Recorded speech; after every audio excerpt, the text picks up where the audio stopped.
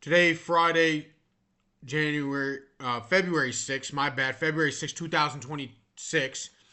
Today's EON is brought to you by the fans of Boston, Boston natives, I would say, and Tom Brady haters out there, and now you guys. A little stink to it, a little think to it, and the former Patriot players, specifically Asante Samuel. And I just want to give a shout out before I say this because he was right the whole time. My biggest subscriber, because he gives out the most comments, Joey Washington HVC. Joey, I assume your name is Joey. Whatever your private name is, none of my business. But he always would say that players don't care about what do they don't care about?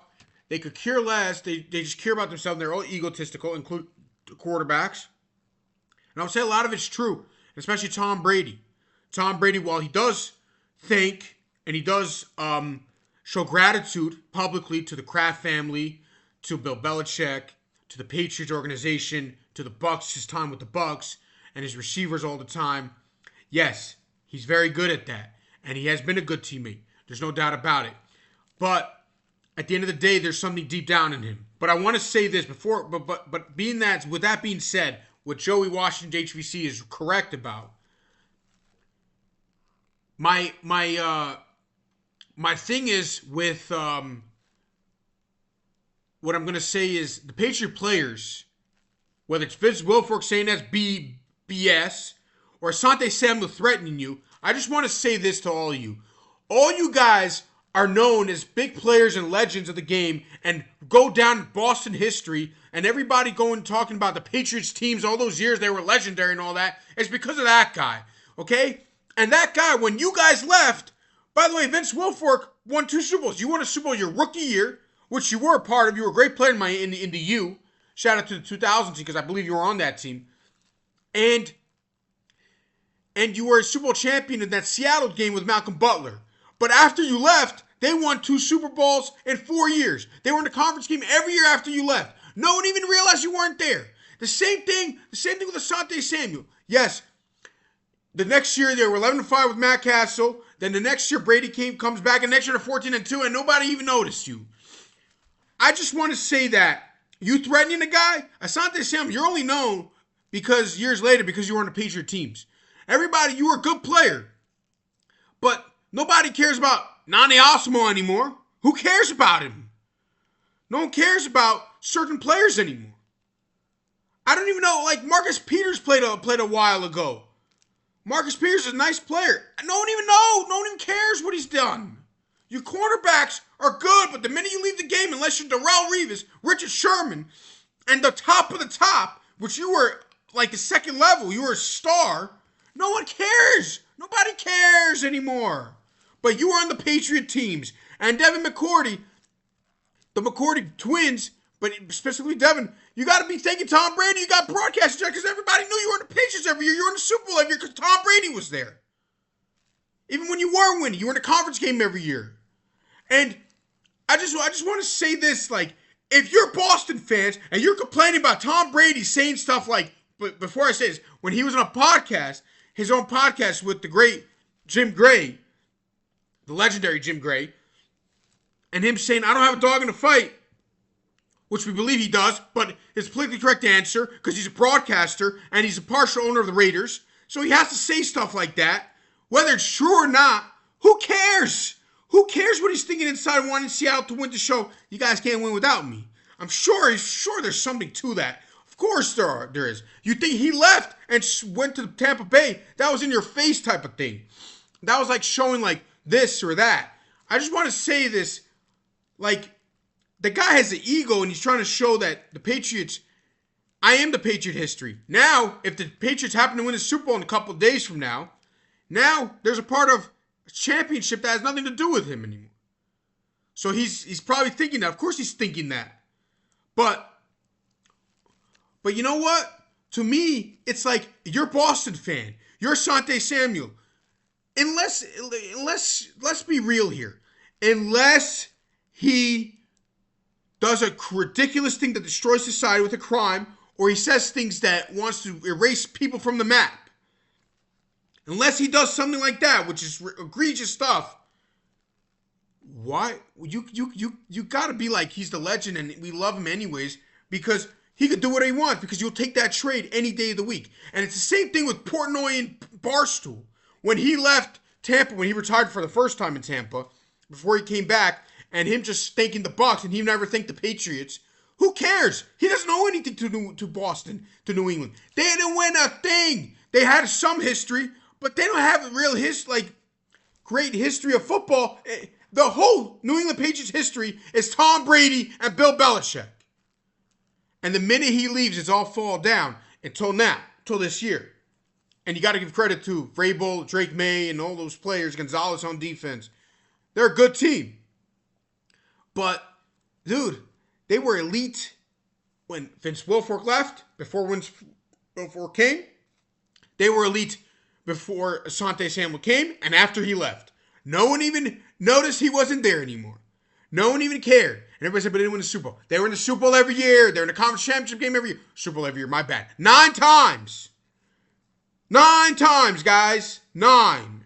It's insanity. It's ridiculous.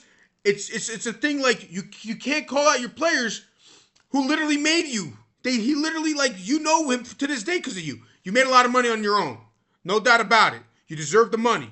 But to this day, people know Vince Wilfork because you were on the Patriots team. And everybody realized it was all Tom Brady. It was all Tom Brady. And getting back to this, let's get back to this. To what I'm saying is, I see a debate with Clash. It was conjunction with Clash and House of Highlights. And I was talking about one Tom Brady lover fan versus 10 Tom Brady haters. Yo, I never knew that there were Tom Brady haters like this. I understand that Tom Brady fan, let's call it Clash, and the Clash thing, the Tom Brady fan was a little bit people watch the NFL because of Tom Brady, which I disagree with. There were things that was too much.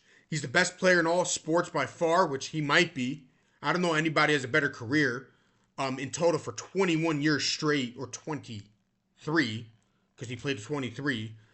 And his year 22nd, he led the league in passing yards, which passing yards are overrated, but that's a story for another day. But the guy was second MVP in year 22. The guy's a 3-time MVP, a 7-time Super Bowl champion, a 4-time Super Bowl MVP. Whatever, we're not going to go through every accolade he's got. Okay, the guy was insane. But I can't believe the haters. It's like Clutch. He's not Clutch. It's insanity. It's ridiculous. And by the way, I just want to say this about Tom Brady. Everybody says he had stacked teams. He was stacked. He was stacked. No. His teams were not stacked all the time. He was stacked. I don't want to hear about everything his last year's. He had Stephen Gilmore. He had Darrelle Revis in one of those Super Bowls. And then Darrelle Revis left, and the next year in the conference game, they win the Super Bowl 2 years later on the 28-3. By the way, which they rolled through the AFC that year. Does anybody remember that one? And who was on the 28-3 comeback team? Tell me on defense, who was on that team? I don't see any special players. I see nice players. Stephen Gilmore was not on that team. What are you talking about? And by the way, Rob Gronkowski's out the whole playoffs too. So what the heck is going on?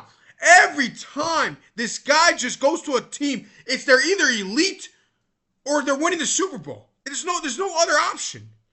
I get it. There was one year they weren't elite in 2009. They were 10-6. That wasn't an elite team. After that, they were just 14-2, 13-3. Bye, Super Bowl every single year. And everybody says they didn't win for 10 years. Shut the heck up. Dude, the guy was great every game, regular season, playoffs.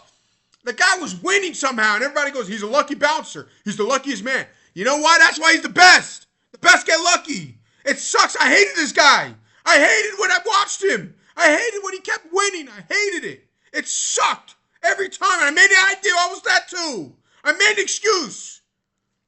But the guy just kept fucking winning, and it sucked. It just sucked every time. He goes to Tampa, he does the same thing. Goes to the other conference, and with a stacked division, and just does the same thing. New Orleans was winning that division every year, and they won that division by 1 game that year, and he beats them. Or you lost to them in the regular season. I don't care. I don't care. This guy just wins.